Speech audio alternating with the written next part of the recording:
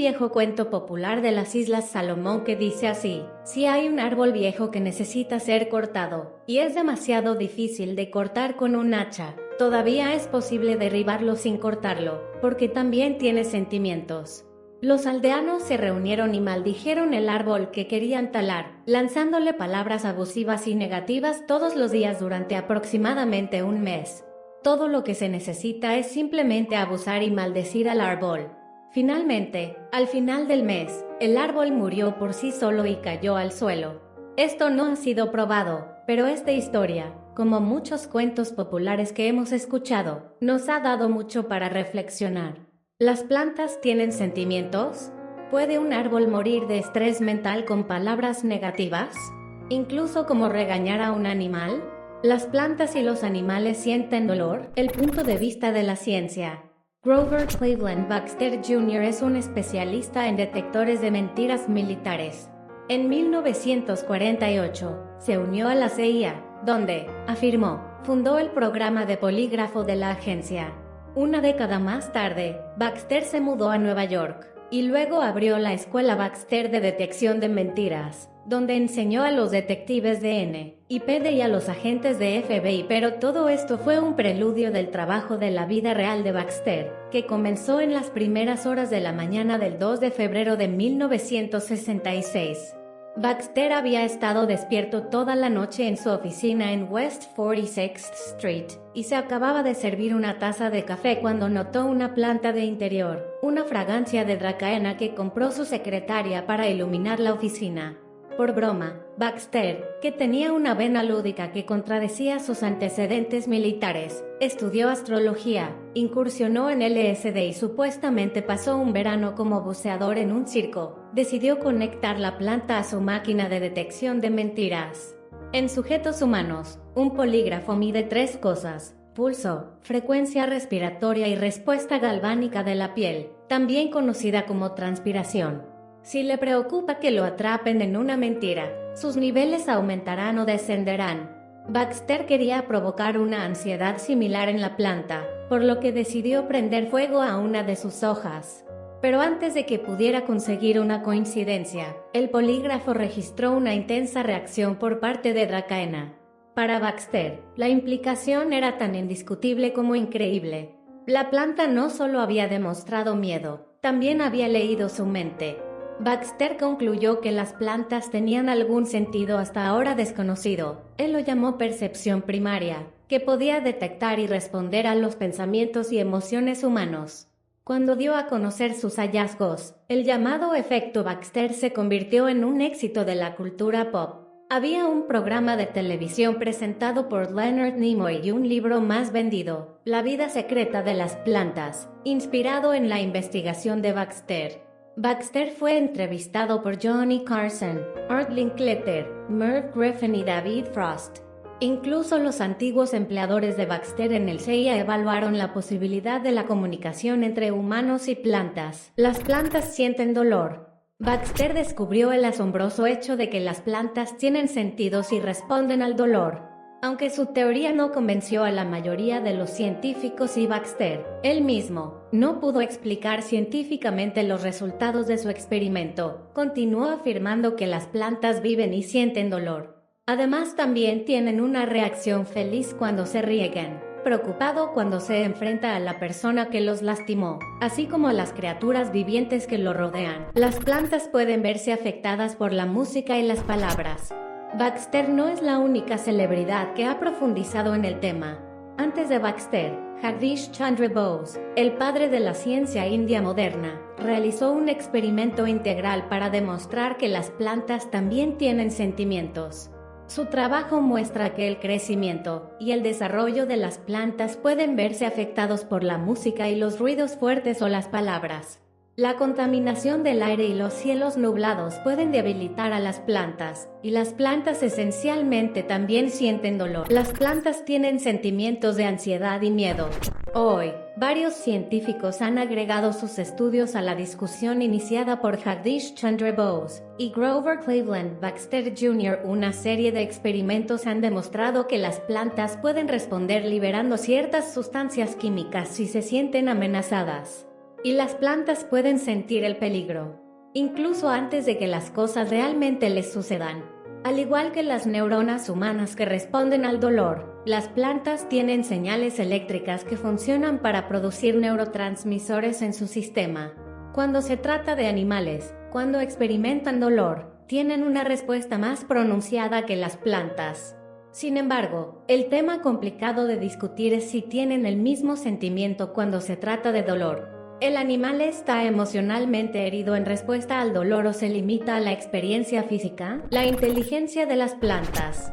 Hace unos años, Monica Gagliano, profesora asociada de Ecología Evolutiva en la Universidad de Australia Occidental, comenzó a dejar caer mimosa pudicas en macetas.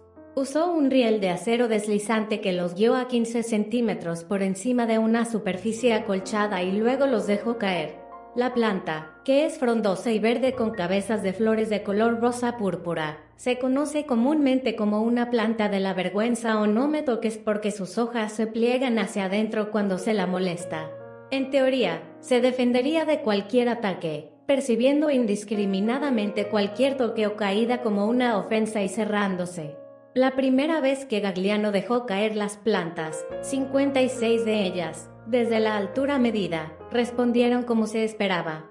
Pero después de varias gotas más, se cerraron menos. Dejó caer cada uno de ellos 60 veces, en intervalos de 5 segundos. Finalmente, todos dejaron de cerrar. Continuó así durante 28 días, pero ninguno de ellos volvió a cerrarse. Fue solo cuando los molestó de manera diferente, como agarrándolos, que volvieron a su mecanismo de defensa habitual. Gagliano concluyó, en un estudio publicado en una edición de 2014 de Ecología, que las plantas vergonzosas habían recordado que el hecho de que las dejaran caer desde una altura tan baja no era en realidad un peligro, y se dieron cuenta de que no necesitaban defenderse. Ella creía que su experimento ayudó a demostrar que los cerebros y las neuronas son una solución sofisticada, pero no un requisito necesario para el aprendizaje. Las plantas, razonó, estaban aprendiendo. Las plantas, creía, estaban recordando. Los animales, las plantas y los seres humanos tienen mucho en común. Los seres humanos pueden experimentar dolor incluso sin sufrir daños físicos. Esto implica miedo o recuerdo del dolor que se ha causado antes o ha sido testigo del dolor de otros. La investigación muestra que los animales responden al dolor de manera similar a los humanos. Los experimentos han demostrado que los animales con dolor han optado por comer alimentos con analgésicos, ya que sentirán menos dolor después de comer. Este experimento ha demostrado que estos animales responden a ciertos cambios de comportamiento cuando reconocen determinadas actividades, lugares o incluso personas que les han causado daño físico. Los animales también enfrentan ansiedad, especialmente cuando son abandonados de donde solían estar cómodos o cuando están separados de personas con las que se sienten cómodos. Cada animal reacciona de manera diferente ante extraños y nuevos lugares en función de su vida y experiencias dolorosas. Descubrimiento interesante: los árboles se comunican íntimamente entre sí a través de redes subterráneas. Hoy, los científicos han demostrado que la jungla funciona como una superorganización gigante. Debajo del suelo hay una red de hongos conectados a los árboles. A través de esta red, los árboles viejos asumirán el papel de nutrir a los árboles jóvenes. Las plantas no solo se comunican e interactúan entre sí, sino que también tienen la capacidad de apoyarse entre sí. Esto está en marcado contraste con la idea de que las plantas crecen de manera competitiva. Los árboles se comunican mediante una vasta red de raíces. Hace 600 millones de años, los hongos y las plantas formaron una relación simbiótica llamada micorriza, un estado simbiótico entre los hongos y las raíces de las plantas vasculares. ¿Cómo funciona? Para obtener azúcar y carbono de las plantas, los hongos proporcionan lo que las plantas necesitan: minerales, nutrientes y una red de comunicación. Similar a una conexión a Internet, una red de hongos micorrízicos se extiende por todo el bosque. El micelio crea una red y se fusiona con las raíces de las plantas, a través de las cuales las plantas pueden intercambiar cosas como nitrógeno, azúcar, carbono, fósforo, agua, señales defensivas, sustancias químicas, hormonas. Tema: Lo sorprendente es que un árbol puede conectarse con cientos de otros árboles, enviando muchas señales diferentes. A lo largo del micelio, las bacterias y otros microorganismos intercambian nutrientes con hongos y raíces de plantas. En 2019, los científicos comenzaron a mapear esta gran red de raíces a escala global. Desde entonces, la investigación internacional ha producido el primer mapa completo de redes de micorrizas. Sorprendentemente, esta es posiblemente la red social más antigua e importante de la Tierra. Los árboles centrales protegen el bosque. Verá, hay otro mundo en las profundidades del subsuelo, un mundo de infinitas redes biológicas que conectan a las plantas, ayudándolas a comunicarse. Es probable que te recuerde algún tipo de inteligencia. Su red es ubicua y consiste en árboles grandes conocidos como árboles centrales, que pueden nutrir a los árboles jóvenes en crecimiento. Cuando los árboles viejos mueren, dejan nutrientes, genes e incluso algún tipo de sabiduría a otros árboles. Por lo tanto, a través del funcionamiento de esta red, los árboles obtienen valiosos recursos y comprenden el entorno que los rodea. Resiliencia comunitaria.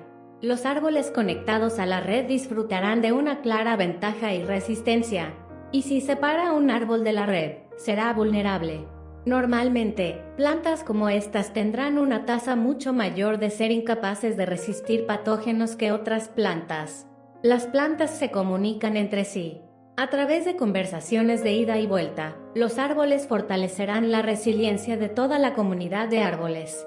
Esto nos recuerda a la sociedad humana, así como a la familia, al menos aparte de la familia. Cualquier discusión sobre este tema es concluyente y demuestra que los humanos, las plantas y los animales tienen más en común de lo que sabemos o entendemos. Reconocer y aceptar estas similitudes nos ayudará a entender la biología como un concepto de unidad. También sabremos cómo tratar a todo el mundo que nos rodea para tener la mejor y más feliz vida. Nuestro video termina aquí. Si lo encuentra interesante, suscríbase para seguir los siguientes videos. Adiós y nos vemos de nuevo.